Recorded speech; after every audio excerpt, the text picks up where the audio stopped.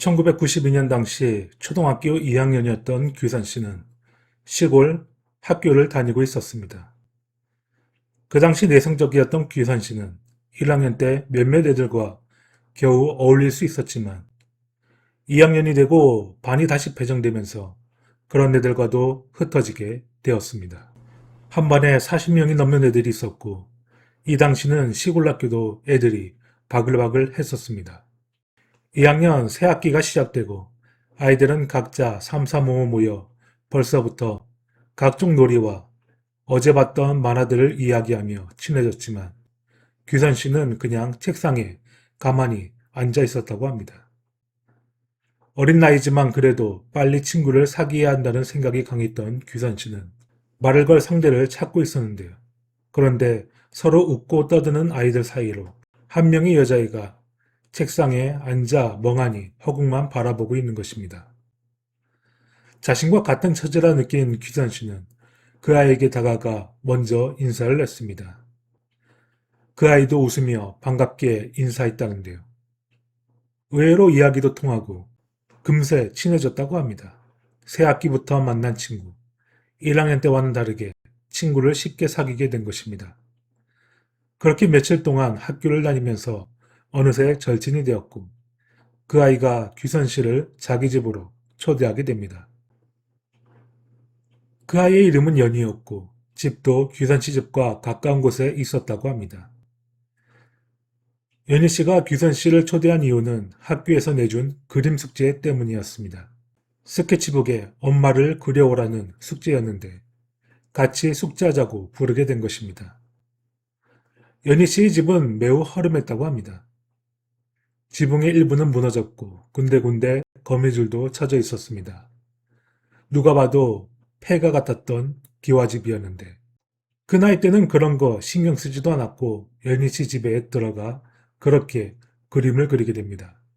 크레파스로 규선 씨는 최대한 예쁘게 엄마의 얼굴을 그리려 했습니다. 근데 연희 씨는 검은색 크레파스로 스케치북에 마구잡이로 색칠을 하는 것입니다. 스케치북이 금세 검은색으로 도배가 되니까 규선 씨는 엄마 그리랬잖아. 왜 검은색으로만 색칠해? 이렇게 물었답니다. 그런데 연희 씨가 이게 우리 엄마야 이러는 것입니다. 스케치북이 온통 검은색 크레파스로 아무렇게나 색칠한 게 엄마라고? 뭔가 이상했지만 그냥 내 그림이나 신경 쓰자 하면서 뭘 그리든 상관 안 했다고 합니다. 그런데 연희 씨가 다 그렸다 하면서 규선 씨에게 그림을 보여줬는데요. 스케치북 대부분이 검은색으로 칠해져 있는 것입니다. 그러면서 엄마한테 보여줘야지 하면서 다른 방으로 들어가는 것입니다. 몇 분 뒤 연희 씨가 방으로 들어오더니 너무 신나하면서 엄마가 잘 그렸대 하면서 매우 기뻐했다고 합니다. 근데 그때는 어릴 때라 인사드려야지 그런 생각은 못했고 규선 씨는 계속 그림을 그렸다고 합니다. 그림이 거의 완성될 무렵 연희 씨 방에서 노크 소리가 들리는 것입니다. 그러더니 연희야 엄마가 들어가도 될까? 이런 말이 들려왔습니다. 그리고 방문이 열리더니 연희 씨 엄마가 들어왔고 규선 씨는 그 자리에서 기절하고 맙니다. 긴 머리는 종아리까지 내려왔고 전부 얼굴을 뒤덮은 데다 너덜너덜한 낡은 하얀 옷에 누가 봐도 귀신의 모습이라 초등학교 2학년이었던 규선 씨 입장에선 감당이 안 되었고 그렇게 기절까지 하고 맙니다. 그 후 연희 씨가 깨우는 소리에 일어났는데요. 시간은 오후 6시를 향해 가고 있었습니다. 보통 이 나이 때 이 시간 동안 집에 안 들어오면 부모님이 걱정할 시간대라서 얼른 규선 씨는 집에 갈 준비를 합니다.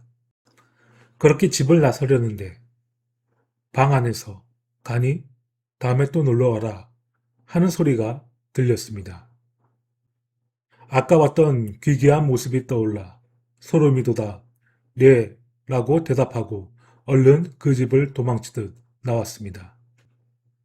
그렇게 다음날 규선 씨는 교실에 앉아 있는데 오늘은 연희가 보이지 않는 것입니다. 한 반에 40명이 넘고 워낙 바글바글해서 못 봤나 하고 계속 찾아봤지만 연희 씨를 찾을 수 없었습니다. 그런데 이상한 건 다음 날도 또 그 다음 날도 연희 씨는 없었습니다. 일주일 정도가 되었을 무렵 규선 씨는 담임 선생님을 찾아가게 됩니다.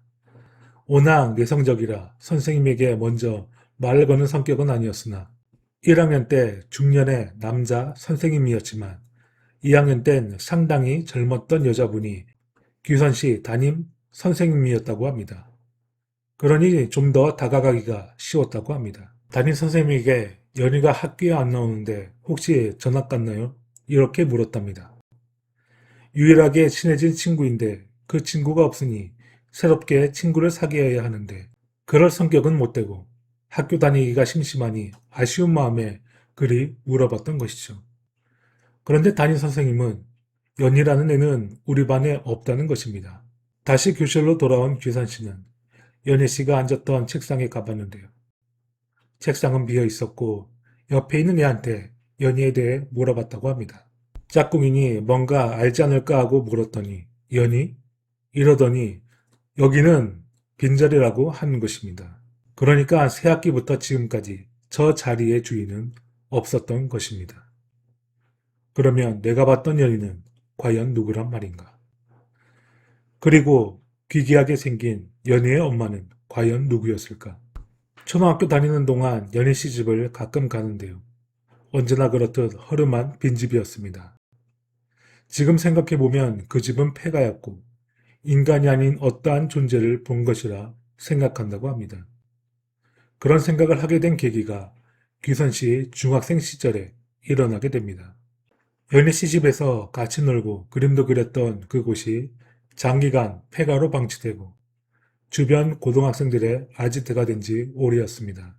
그들은 그곳에서 술, 담배를 하고 그 당시 유행했던 힙합 음악에 침시해 음악을 틀고 춤을 추던 학생들도 자주 들락날락거렸습니다.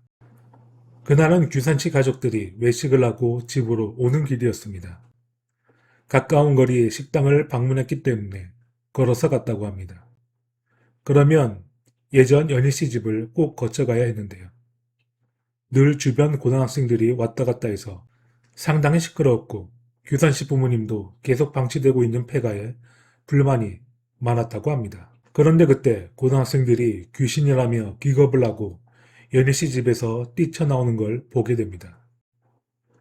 10명 정도 되는 남녀 고등학생들이 겁에 질린 채 미친 듯이 도망가는 모습. 규산씨 부모님은 뭔가 큰일이 났나 싶어 그 폐가로 들어가게 됩니다. 그곳에 가보니 한 명이 거품 물고 쓰러져 있고 2명은 머리를 감싸진 채 두려움에 떨고 있었습니다. 결국 119에 신고를 하게 되고 구급차가 와서 학생들을 태우고 응급실로 향했습니다. 그러던 중 규선 씨는 그 집에서 연희 씨 엄마를 또 보게 됩니다. 분주한 구급대원들 사이로 기괴한 모습을 하고 있는 연희 씨의 엄마. 과연 연희와 연희 엄마는 사람이었을까요? 아니면 귀신이었을까요? 대체 고등학생들은 그 집에서 무엇을 봤던 것일까요?